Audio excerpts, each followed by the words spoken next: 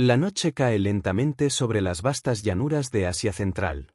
El viento avanza sin prisa, rozando la hierba alta como si estuviera leyendo una historia escrita en la tierra. En algún lugar, muy lejos en el tiempo, un fuego antiguo aún parece arder, iluminando sombras que no se han ido del todo. Esta es una historia que no pide atención inmediata. Pide silencio. Pide que respires despacio. Pide que camines con la mente abierta por un pasado donde el mundo era más ancho, más salvaje, y el destino de millones aún no estaba escrito. Esta noche, te invito a viajar conmigo hacia un nombre que ha cruzado siglos como un eco profundo. Un nombre pronunciado con temor, con admiración, con desconcierto. Un nombre que todavía hoy despierta preguntas sin respuesta clara. Gengis Khan. Pero antes de imaginar ejércitos, conquistas o mapas teñidos por el tiempo, detengámonos un momento.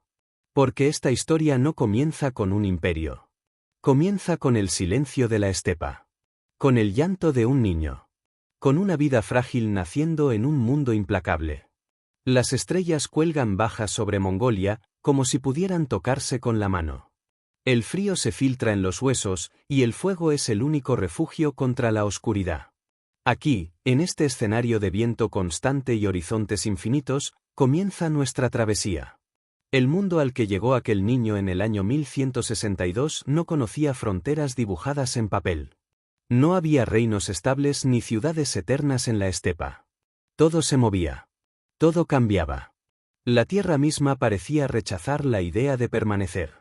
Las llanuras se extendían desde el lago Baikal hasta las montañas Altai, desde los bosques siberianos hasta el desierto de Gobi. Un océano de hierba donde la vida dependía de saber leer el cielo, escuchar a los animales y aceptar que cada día podía ser el último. Las personas vivían en círculos. Círculos de tiendas de fieltro llamadas hers, de familias, de clanes. El fuego ocupaba el centro. Allí se contaban historias antiguas, se tomaban decisiones y se enseñaba a los niños quiénes eran y a quién debían lealtad. La memoria no estaba escrita. Vivía en las voces. Fue en este mundo donde nació Temujin, el niño que más tarde sería llamado Gengis Khan. Su llegada llevaba una señal, según las leyendas, nació con un coágulo de sangre en su mano derecha, presagio de un guerrero destinado a conquistar. Pero los presagios no alimentan. No protegen del frío. Su padre, Yesugei, era un líder menor del clan Borjigin, respetado pero no poderoso. Controlaba quizás 200 familias, una fracción diminuta en un mundo de decenas de miles de nómadas dispersos. Su madre, Oelun, provenía del clan Olkonud, una mujer de carácter fuerte que conocía la dureza de sobrevivir cuando las alianzas se rompían como hielo delgado. Juntos intentaban mantener un frágil equilibrio en un mundo donde la traición era tan común como el viento. Pero la estabilidad nunca duraba demasiado. En 1171, cuando Temujin tenía apenas 9 años, su padre fue envenenado por miembros de la tribu tártara durante un banquete aparentemente pacífico. La noticia llegó como una sombra silenciosa. Sin gritos. Sin ceremonias. Y con ella, el abandono total. La tribu Tallichud, liderada por un antiguo rival de Yesugei, dio la espalda a la viuda y a sus hijos. Las alianzas se rompieron. La familia fue dejada atrás sin protección, sin recursos, condenada a valerse por sí misma en un entorno que no perdonaba la debilidad. Eran 8 bocas que alimentar, Oelun, 4 hijos de Yesugei, Temujin, Asar, Achiun y Temuje, 2 hijos de una esposa menor y una hija. El hambre se convirtió en una presencia constante. Temujin cazaba roedores, pescaba en ríos helados, recolectaba raíces silvestres. Observaba a los lobos cazar en manada y aprendía. Cada día era una lección dura, grabada no en palabras, sino en cicatrices invisibles. La estepa no enseñaba con suavidad. Pero enseñaba bien. En esos años de abandono ocurrió un incidente que marcaría su carácter para siempre. Su medio hermano Bekter comenzó a abusar de su posición, tomando la comida que Temujin y Asar cazaban, desafiando la autoridad de Oelun. En una decisión fría y calculada, Temujin y Asar mataron a Bekter con flechas. Tenía apenas 14 años. Su madre, horrorizada, lo maldijo con palabras que Temujin nunca olvidaría: asesino de tu propia sangre, devorador de tu hermano. Pero el joven había aprendido algo esencial: en la estepa, la debilidad invitaba a la muerte. La compasión sin fuerza era un lujo que no podía permitirse. Los años pasaron como tormentas de arena, violentos, transformadores, implacables. Temujin ya no era un niño indefenso. A los 16 años, reclamó a Borte, su esposa prometida desde la infancia, del clan Conjirad. Su suegro, viendo potencial en el joven, le entregó como dote un abrigo de marta cibelina negra, el más valioso de los regalos en la estepa. Este abrigo cambiaría su destino. Temujin lo llevó como ofrenda a Togrul Khan, líder de los Keraitas, quien había sido Anda, hermano jurado, de su padre Yesugei.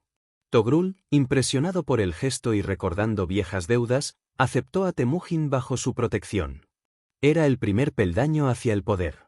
Pero el mundo no perdonaba. Poco después, en 1184, la tribu merquita atacó el campamento de Temujin en venganza por un antiguo agravio. Años atrás, Yesugei había raptado a Oelun de un guerrero merquita. Ahora cobraban la deuda. Se llevaron a Borte. Para muchos, esto hubiera significado el fin. Para Temujin, fue el catalizador. Con la ayuda de Togrul y de su amigo de infancia Jamuka, un carismático líder del clan Hadaran, Temujin reunió un ejército de 20.000 guerreros. Atacaron a los merquitas en una campaña relámpago. Rescataron a Borte. Y Temujin demostró algo crucial: podía liderar, inspirar y vencer. Cuando Borte dio a luz a su primer hijo, Yochi, meses después, circularon rumores sobre su paternidad. Temujin nunca cuestionó públicamente si el niño era suyo. Lo aceptó. Esta decisión reveló algo sobre su carácter: valoraba la lealtad y la utilidad por encima de las dudas de sangre. Durante los años siguientes, entre 1185 y 1200, Temujin comenzó a construir su base de poder. Su amistad con Jamuka se fracturó cuando sus visiones divergieron. Jamuka defendía el orden tradicional de la estepa, poder basado en linaje aristocrático. Temujin proponía algo revolucionario: el mérito sobre la sangre. Quien demostraba lealtad, valentía y capacidad tenía un lugar en su Orkun, su destino, sin importar su origen. Esto atrajo a hombres desesperados, ambiciosos y capaces que no tenían lugar en el sistema antiguo. Las batallas entre ambos fueron numerosas pero no decisivas durante años. En 1201, Jamuka fue proclamado Gur Khan, Khan universal, por una coalición de tribus conservadoras que veían a Temujin como una amenaza al orden establecido. Era una guerra civil mongola en toda regla. Temujin perdió batallas. Fue herido por una flecha en el cuello durante el combate de Kolliten. Un soldado enemigo llamado Hebe disparó esa flecha. Cuando Hebe fue capturado y admitió ser el tirador, esperando la muerte, Temujin hizo algo inesperado: lo perdonó y lo incorporó a su ejército. Hebe se convertiría en uno de sus generales más brillantes. Esta política de asimilación era su marca distintiva. A los enemigos derrotados no siempre los destruía. Los incorporaba, les daba un lugar en un orden nuevo donde la obediencia no nacía solo del miedo, sino de una estructura clara y beneficios compartidos. En 1203, ocurrió la traición más dolorosa. Togrul Khan, su protector, presionado por su hijo ambicioso y desconfiando del creciente poder de Temujin, intentó asesinarlo durante un falso banquete de reconciliación. Temujin escapó por poco. Con apenas 2,600 hombres leales, enfrentó a un ejército keraita de más de 20.000. Debería haber sido una masacre. Pero Temujin utilizó tácticas de guerrilla, movilidad extrema y conocimiento del terreno. Esperó el momento exacto y atacó durante una tormenta de arena que cegó a sus enemigos. Los keraitas fueron derrotados. Togrul murió huyendo. Temujin incorporó las tribus keraitas a su confederación. Ahora controlaba casi toda Mongolia central. En 1205, solo quedaba un rival: Jamuka. Su antiguo amigo, traicionado por sus propios hombres, fue entregado a Temujin. Se dice que se encontraron una última vez. Jamuka pidió una muerte noble, sin derramamiento de sangre, el método reservado para la aristocracia mongola. Temujin ordenó que lo ejecutaran rompiéndole la espalda. Luego ordenó que su cuerpo fuera enterrado con honores. Era el final de una amistad. Y el nacimiento de un imperio. En la primavera de 1206, junto al río Onón, se reunieron representantes de todas las tribus mongolas. Decenas de miles de gers cubrían el valle. El humo de cientos de fogatas ascendía al cielo. Los chamanes realizaron rituales antiguos invocando al Tengri, el cielo eterno, para bendecir lo que estaba por ocurrir. Allí, en ese Kurultai, la gran asamblea, Temujin fue proclamado Chingis Khan, transliterado en Occidente como Gengis Khan. El título significaba gobernante universal o oceánico Khan, un soberano cuyo poder se extendería como el océano sin límites. Tenía 44 años. Había pasado 3 décadas sobreviviendo, luchando, unificando. Pero este momento no fue solo una coronación ceremonial. Fue el establecimiento de un nuevo orden. Gengis Khan implementó el Yasa, un código de leyes revolucionario para su tiempo. El Yasa establecía la prohibición del robo bajo pena de muerte, la protección de comerciantes y embajadores como sagrados, la prohibición de bañarse en ríos durante el verano, considerado ofensa al espíritu del agua, la obligación de ayudar a cualquier viajero en necesidad, la tolerancia religiosa absoluta, todas las creencias eran respetadas, la meritocracia militar, el ascenso se basaba en competencia, no en linaje. Este código creó estabilidad donde solo había existido caos. Reorganizó el ejército en un sistema decimal. Arbans, unidades de 10 hombres. Funs, unidades de 100 hombres.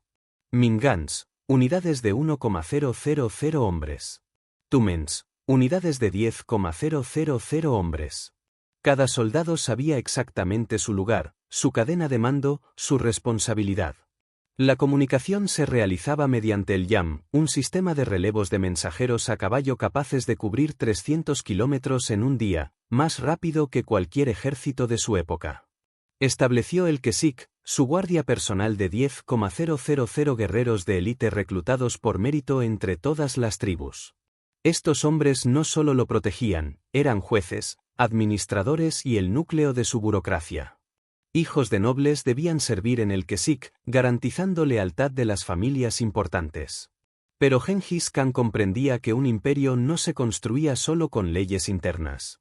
Necesitaba expansión, recursos y prestigio. Su primera gran campaña fue contra el imperio Jin, que controlaba el norte de China. Los Jin habían dominado a las tribus mongolas durante décadas, exigiendo tributo y sembrando división entre ellas. En 1211, Gengis Khan cruzó la Gran Muralla con un ejército de aproximadamente 100,000 jinetes. Los Jin tenían millones de súbditos y ejércitos masivos. Pero los mongoles tenían movilidad. Atacaban, desaparecían, reaparecían a cientos de kilómetros de distancia.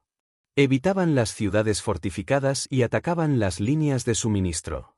Capturaban ingenieros chinos y aprendían el arte del asedio, catapultas, torres de asedio, pólvora. En 1215, tras 4 años de campaña, Zhongdu, la actual Beijing, cayó. La capital del imperio Jin fue saqueada durante un mes. La destrucción fue tan absoluta que se dice que el humo fue visible durante semanas. No era crueldad gratuita, era estrategia. Gengis Khan comprendió que el terror era un arma. Una ciudad que resistía era arrasada completamente. Una ciudad que se rendía era perdonada, sus habitantes integrados, sus artesanos protegidos. El mensaje era claro, la resistencia traía aniquilación, la sumisión traía paz. Esta política se repetiría en cada conquista. Durante estos años, algo más estaba ocurriendo silenciosamente. Gengis Khan ordenó que se creara un sistema de escritura mongol basado en el alfabeto uigur. Un pueblo nómada, tradicionalmente ágrafo, ahora podía registrar leyes, órdenes militares, tratados diplomáticos. La administración dejaba de depender exclusivamente de la memoria oral. El imperio se volvía permanente. Con el norte de China sometido y pagando tributo, Gengis Khan dirigió su atención hacia el oeste. Allí se extendía el imperio Jorasmio, que controlaba la ruta de la seda desde Persia hasta las fronteras de Mongolia. Su líder, el Shah Mohammed II, gobernaba desde Samarcanda y Bujará, ciudades legendarias de riqueza incalculable. Inicialmente, Gengis Khan no buscaba guerra. Envió una caravana de 450 comerciantes musulmanes con una carta proponiendo relaciones pacíficas y comercio abierto. Pero el gobernador de Otrar, Inalchuk, con la aprobación del Shah, arrestó a los comerciantes acusándolos de espionaje. Los ejecutó y confiscó sus mercancías.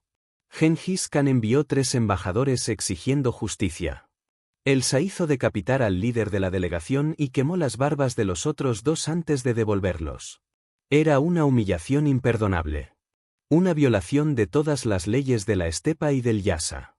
En 1219, Gengis Khan movilizó entre 100,000 y 150,000 guerreros. Sus 4 hijos mayores, Yochi, Chagatai, Ojedei y Tolui, comandaban divisiones.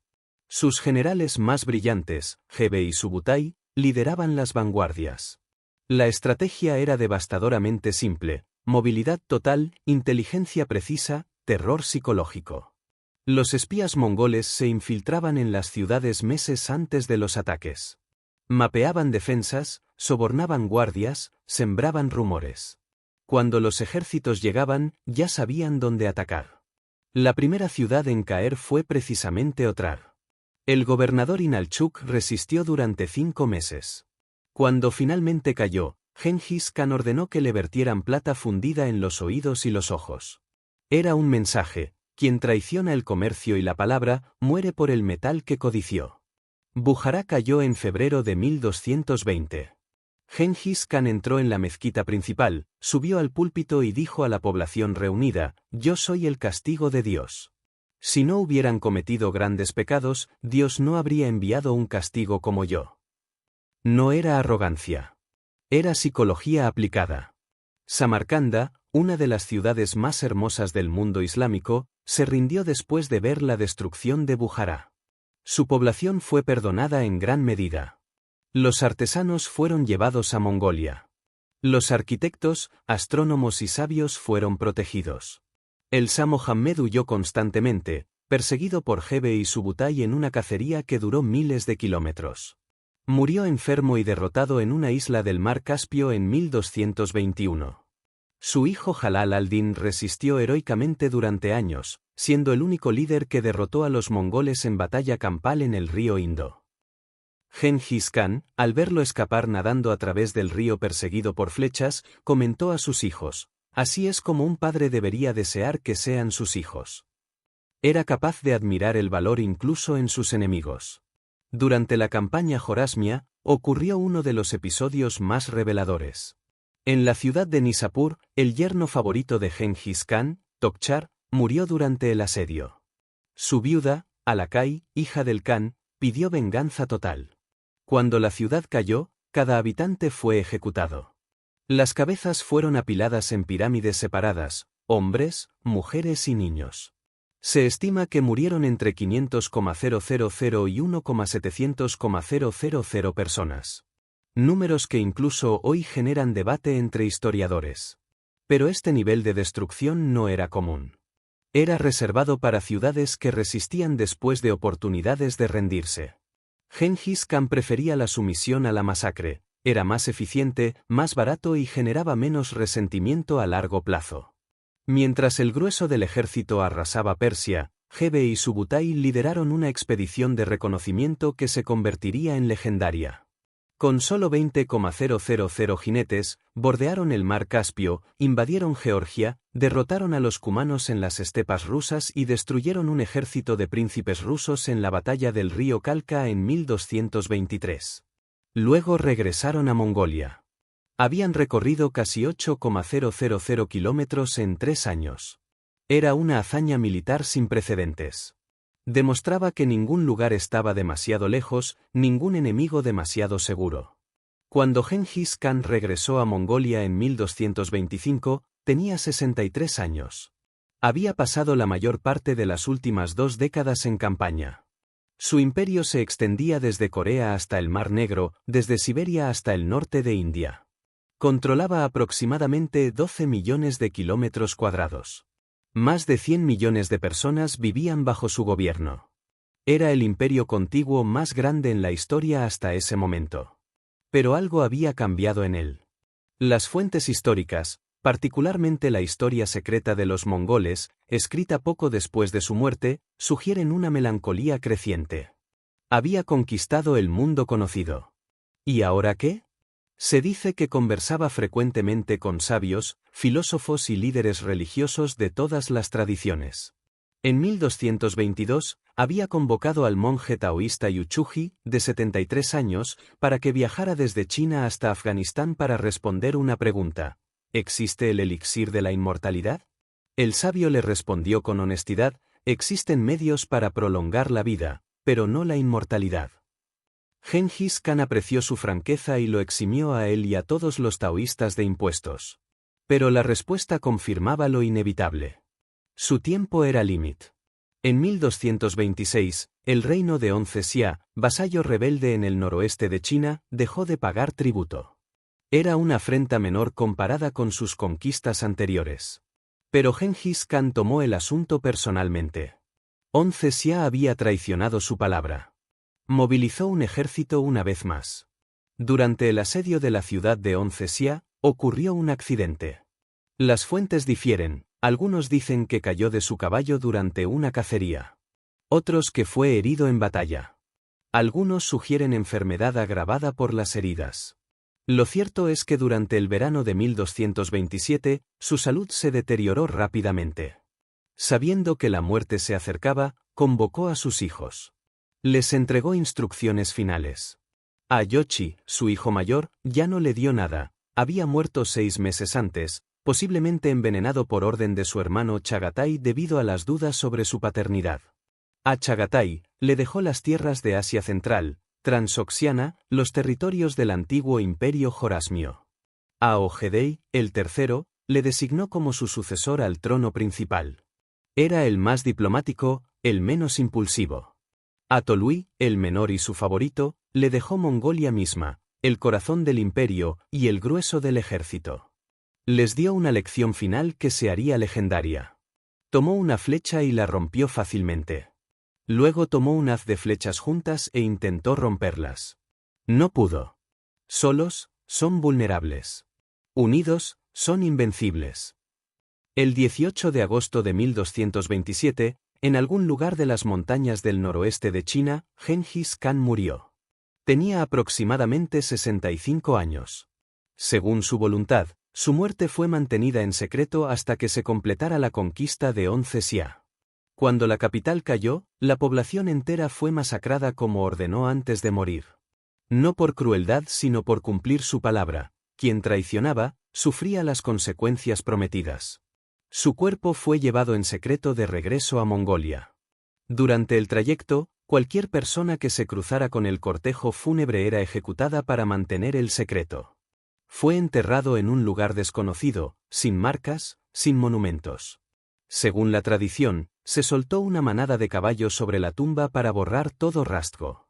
Hasta el día de hoy, nadie ha encontrado la tumba de Gengis Khan. Tal vez esté en las montañas Khentí, cerca del río Onón donde nació. Tal vez en otro lugar completamente distinto. El misterio es intencional. En la cosmovisión mongola, los grandes líderes no necesitan tumbas grandiosas. Regresan a la tierra. Se convierten en parte del paisaje eterno. La muerte de Gengis Khan no detuvo el imperio. Lo amplificó. Sus hijos y nietos continuaron las conquistas durante 5 décadas más. Ojedei conquistó el resto de China del norte, estableció la capital en Karakorum y consolidó las estructuras administrativas. Mongke, su nieto, empujó las fronteras hacia Medio Oriente. Kublai Khan, otro nieto, fundaría la dinastía Yuan y gobernaría toda China desde Beijing. Hulagu, bisnieto, destruiría Bagdad en 1258, poniendo fin al califato abasí tras 500 años de existencia. En su apogeo alrededor de 1270, el imperio mongol controlaba aproximadamente 24 millones de kilómetros cuadrados. Casi el 20% de la tierra emergida del planeta. Más de 100 millones de personas. Era el imperio más grande en la historia de la humanidad. Pero el legado de Gengis Khan no se mide solo en kilómetros cuadrados. Se mide en transformaciones invisibles. La ruta de la seda alcanzó su edad dorada bajo dominio mongol. Por primera vez en siglos, un comerciante podía viajar desde Venecia hasta Beijing bajo una sola autoridad protectora. Marco Polo realizó su famoso viaje precisamente por esto.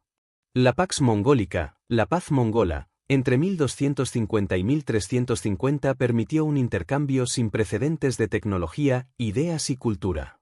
El papel, la pólvora, la imprenta, la brújula, tecnologías chinas llegaron a Europa aceleradamente.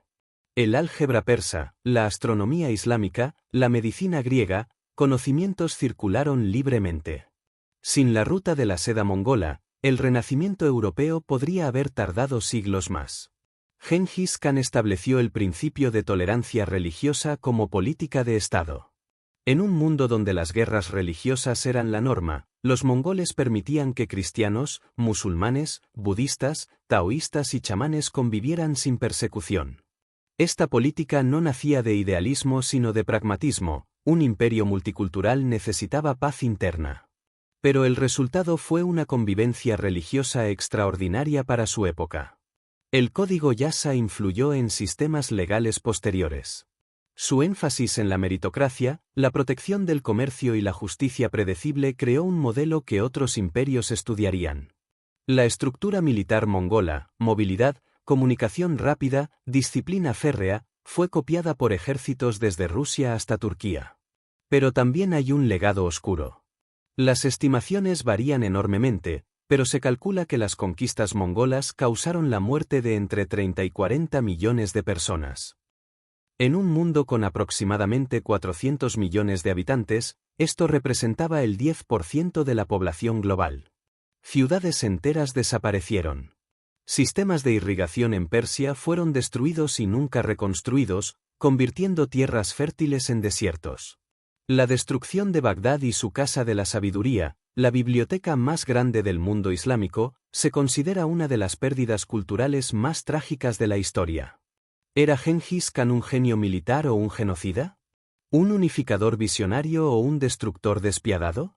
¿Un líder pragmático o un tirano brutal? La respuesta, como casi todo en la historia, es compleja. Era todas esas cosas. Era un producto de su tiempo, de la estepa implacable que no toleraba debilidad. Pero también trascendió su tiempo, creando estructuras que sobrevivieron siglos después de su muerte.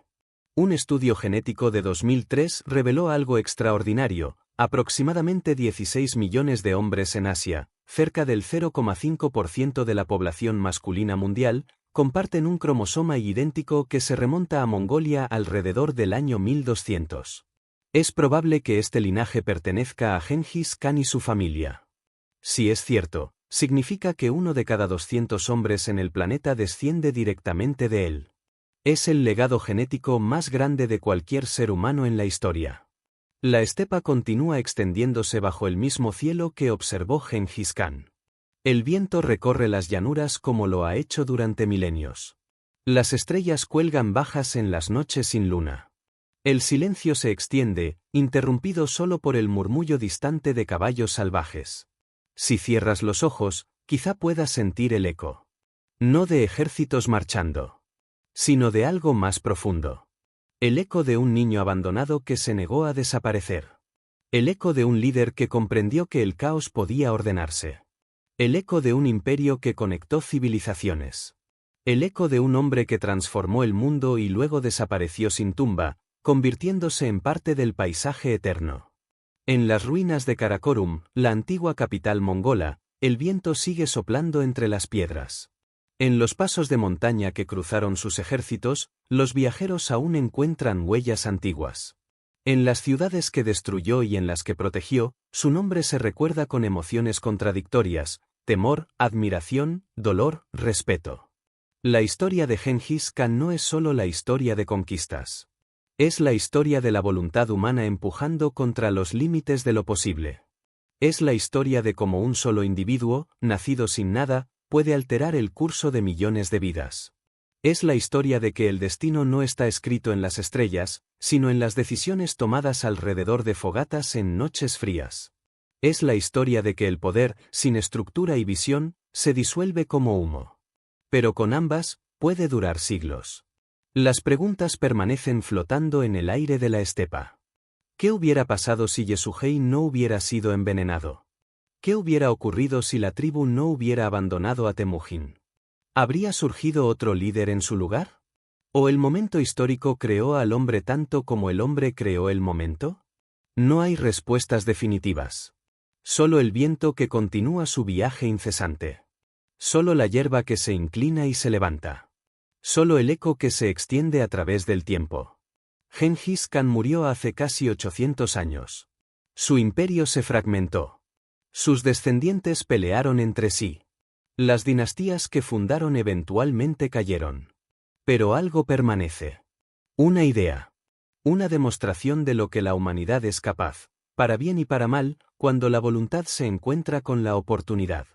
La estepa guarda sus secretos. Bajo la tierra sin marcar, en algún lugar entre las montañas Kentí y el río Onon, descansa el cuerpo de un hombre que cambió el mundo. Sin monumentos. Sin inscripciones. Solo tierra, hierba y silencio. Tal como él lo quiso. Y tal vez, esa es la lección final. Que la verdadera grandeza no necesita mausoleos de mármol ni estatuas que desafíen el cielo.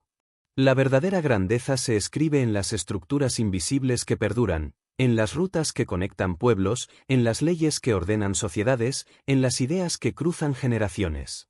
Se escribe en el eco que nunca se detiene completamente.